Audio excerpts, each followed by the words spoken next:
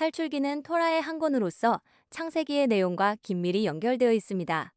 창세기에서 하느님께서는 아브라함을 선택하시어 그의 후손을 통해 당신 백성을 이루셨고 요셉을 통해 이집트로 들어가 큰 민족이 될 때까지 기다리셨습니다. 그로부터 430년 뒤 모세를 통해 이스라엘을 이끄신 사건이 바로 탈출기에 기록되어 있습니다. 탈출기는 하느님의 약속이 역사 속에서 구체적으로 실현되어가는 대장정의 시작을 보여주며 이스라엘 민족이 해방을 통해 하느님의 백성으로서 정체성을 찾아가는 과정을 보여줍니다. 탈출기의 히브리어 이름은 브엘레 쉐못은 탈출기의 첫 구절로 그리고 이것들은 이름들이다 라는 뜻입니다.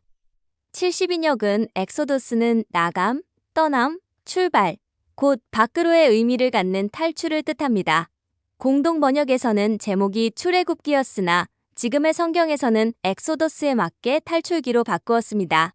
저술 시기 및 배경입니다. 탈출기는 구약 성경의 두 번째 책으로 이스라엘 백성이 이집트에서 탈출하는 과정을 다루고 있습니다. 이 책은 기원전 13세기경에 이스라엘 민족의 이집트 탈출 사건을 기반으로 하여 기록되기 시작했으며 기원전 450년경까지 정경으로 확립되었습니다. 구전의 시작은 기원전 13세기부터, 문서화 단계는 기원전 10세기경부터, 최종 편집 단계 기원전 5세기경이었습니다. 모세오경이 정경의 권위를 가지고 이스라엘 삶의 지침으로 부각되기 시작한 것은 느헤미야기 8장, 에즈라가 예루살렘에서 토라를 읽은 사건과 연결됩니다. 에즈라가 모세의 율법서를 읽은 사건이 이스라엘 역사 중 구체적으로 어느 때 이루어졌는지는 현재로서 정확히 알 수 없습니다. 정통적으로 이 사건이 기원전 458년 아르타크세르크세스 1세 제위 7년에 발생한 것으로 보고 있는데 이때부터 모세오경이 이스라엘 공동체의 삶을 규율하는 공식적인 법적 기준으로 자리 잡게 되었습니다. 저술 동기입니다. 탈출기는 이집트에서 노예로 억압받던 이스라엘이 하느님의 구원으로 자유를 얻고 하느님 백성으로서 새로운 삶을 시작한 사건을 전하고 있습니다. 탈출기는 하느님께서 참되신 분이며 인간에게 자유와 생명을 주시고 역사의 주인이심을 드러내려는 목적에서 기록되었으며 단순한 과거 사건의 기록이 아니라 신앙 공동체가 하느님의 구원을 기억하고 고백하도록 이끄는 신앙 문헌입니다. 구조입니다. 1장에서 15장 이집트 노예살이와 탈출 이야기입니다. 이스라엘 백성들은 430년 동안 이집트에서 노예살이합니다.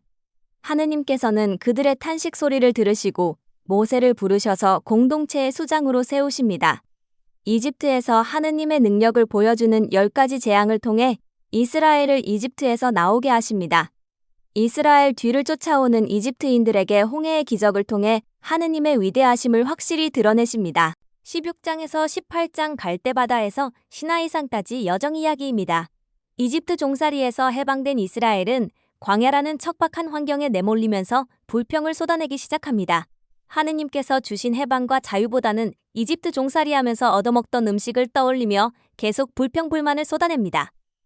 그러나 하느님께서는 이스라엘 백성이 하는 불평들은 다 받아주시면서 그들의 요구를 들어주십니다. 또한 아말렉과의 침략에서 이스라엘이 승리하도록 이끄십니다.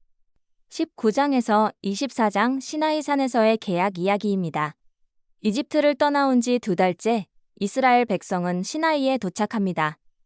모세는 시나이산에 올라가 하느님과 이스라엘 백성들이 계약을 체결하도록 준비합니다. 셋째 날 하느님께서는 십계명을 비롯하여 소규례를 주십니다. 그리고 본격적으로 시나이산에서 계약의 피를 맺으십니다. 하느님께서는 이스라엘 백성과 계약을 맺으신 후 율법과 계명을 기록한 돌판을 주기 위해 모세를 시나이산에서 40일 동안 지내게 하십니다. 25장에서 31장 성막 설계도 이야기입니다. 모세는 시나이산에서 40일 금식을 하며 성막 설계도와 하느님께서 손수 써주신 두 증언판을 받습니다. 32장 금송아지 사건 이야기입니다. 하느님께서 두 증언판을 받은 모세에게 산에서 내려가라고 하십니다. 이스라엘 백성이 모세가 40일 동안 없는 틈을 타 아론을 시켜 금송아지를 만들어 우상 숭배를 했기 때문입니다. 모세는 그 광경을 보고 분노하여 두 증언판을 깨뜨리고 레위 자손에게 명령하여 주님의 편이 아닌 자들을 칼로 쳐 죽이게 합니다. 33장에서 34장 모세의 중재기도 이야기입니다. 금송아지 사건 뒤 모세는 다시 40일 동안 금식을 하며 주님의 화를 가라앉히고 백성들의 죄를 위하여 용서를 청합니다. 하느님께서는 모세의 중재 기도를 들으시어 다시 이스라엘 백성과 계약을 맺으십니다. 모세는 이 계약을 이루기 위해서 시나이산에서 3차 40일 금식을 한 뒤 두 증언판을 다시 받고 내려옵니다. 35장 예물봉헌 이야기입니다. 성막을 건축하기 위한 예물봉헌을 받는데 그 조건은 마음에서 우러나와서 기쁘게 주님께 예물을 봉헌하는 것입니다. 36장에서 40장 성막 건축과 봉헌식 이야기입니다. 드디어 성막 건축이 이루어지고 이집트에서 나온 지 9개월 반 만에 성막 봉헌식을 하게 됩니다. 성막 봉헌식 날 주님의 영광이 성막에 가득 찼습니다. 이후 이스라엘의 모든 여정에서 성막 위의 구름이 그들의 길을 인도하였습니다. 다음은 탈출기의 내용 흐름을 핵심적으로 살펴보겠습니다. 이스라엘 백성은 이집트에서 노예로 고통받으며 하느님께 부르짖습니다. 하느님은 모세를 불러 그들을 해방하도록 하십니다. 모세는 불타는 떨기나무에서 하느님의 이름 나는 있는 나다를 계시받고 파라오에게 백성을 풀어달라고 요구합니다. 그러나 파라오는 완강히 거부합니다. 이에 하느님은 이집트에 10가지 재앙을 내리십니다. 첫째 재앙, 나일강의 피로 변해 물고기들이 죽고 물이 썩습니다. 둘째 재앙, 개구리들이 온 땅을 뒤덮습니다. 셋째 재앙, 모기떼가 사람과 짐승을 괴롭힙니다. 넷째 재앙, 등의 떼가 들끓습니다.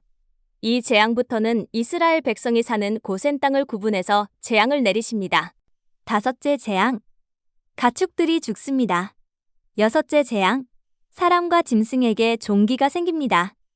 일곱째 재앙, 우박이 내려 농작물과 가축을 파괴합니다. 여덟째 재앙, 메뚜기 떼가 남은 곡식을 모두 먹어치웁니다. 아홉째 재앙, 온 땅이 사흘 동안 어둠에 뒤덮입니다. 열째 재앙, 이집트의 모든 마다들이 죽습니다. 마지막 재앙에서 하느님께서는 이스라엘에게 일련된 흠없는 수컷으로 양이나 염소를 잡아 그 피를 문설주에 발라 죽음의 천사가 그 집을 그냥 지나가게 하셨습니다. 이 사건이 바로 파스카의 기원이 됩니다. 결국 파라오는 마다들을 잃고서는 이스라엘을 놓아주지만 곧 마음을 바꾸고 군대를 이끌고 그들을 뒤쫓습니다. 이스라엘은 홍해 앞에 갇히지만 하느님께서 바다를 갈라 길을 내시고 그들을 건너게 하십니다. 뒤따라오던 이집트 군대는 물에 잠겨 멸망합니다. 이스라엘은 하느님의 구원을 찬양하며 새로운 여정을 시작합니다. 그러나 광야에서 백성은 굶주림과 목마름으로 불평하지만 하느님은 그들에게 만나와 메추라기 그리고 샘물을 마련해 주십니다. 시나이산에서 하느님은 모세를 통해 십계명을 주시며 계약을 맺어 이스라엘을 당신의 거룩한 백성으로 삼으십니다. 그러나 증언판을 받으러 모세가 금식하며 산에 머무는 동안 백성은 아론을 시켜 금송아지를 만들어 우상 숭배를 하여 하느님과 맺은 계약을 깨뜨립니다. 하느님은 진노하시지만 모세의 중재로 다시 계약을 갱신하십니다. 마지막으로 하느님은 백성 가운데 머무르시기 위해 성막을 세우도록 명령하시고 이스라엘은 하느님께서 함께 계심을 체험하며 새로운 공동체로 나아갑니다. 핵심 메시지입니다. 창세기는 개인의 순례기를 보여주는 책이라면 탈출기는 이스라엘 공동체 전체의 순례기를 드러내고 있습니다. 모세의 삶은 개인의 소명에서 집단의 소명으로 이어지는 다리 역할을 하며 하느님께서는 모세를 통해 노예 집단을 신앙 공동체로 이끄시고 계약과 계명을 주십니다. 또한 하느님께서는 이스라엘 자손들이 합당하게 예배할 수 있도록 기본적인 구조와 제도를 마련해 주십니다. 탈출기는 하느님과 이스라엘의 정체성을 밝히는 여정으로 전개되고 있습니다. 징표와 체험을 통해 하느님의 현존과 참된 해방의 의미가 드러나며 출애굽 사건을 통해 십계명과 계약 법전이 주어집니다. 이를 통해 하느님 백성이 되는 계약이 맺어지고 하느님께서 친히 머무시는 성막을 통해 예배할 수 있는 구조와 제도가 마련됩니다. 마무리입니다. 탈출기는 단순히 이집트 탈출의 기록이 아니라 하느님을 향한 참된 예배의 시작을 보여줍니다. 시나이산 계약을 통해 이스라엘은 하느님의 백성이 되었고 성막은 그분의 현존과 예배의 중심으로 완성되었습니다. 그러나 그 과정은 불평과 우상 숭배라는 시련을 동반하였고 이는 공동체가 하느님의 백성으로 성숙해가는 길에 어려움을 드러냅니다. 결국 탈출기는 십계명과 계약 법전을 통해 하느님의 백성으로 살아가는 길을 제시하며 성막 봉헌식을 통해 하느님의 현존과 예배를 드러냅니다. 오늘날 우리도 세례를 통해 하느님과 계약을 맺으며 참된 하느님의 백성으로 거듭나기 위한 진통을 겪습니다. 이 진통은 궁극적 목표인 하느님 나라에 이르기까지 계속될 수 있습니다. 그러나 그 과정에서 우리는 하느님의 현존을 체험하며 참된 해방과 새로운 삶을 향해 나아갑니다. 다음 강의는 레위기입니다.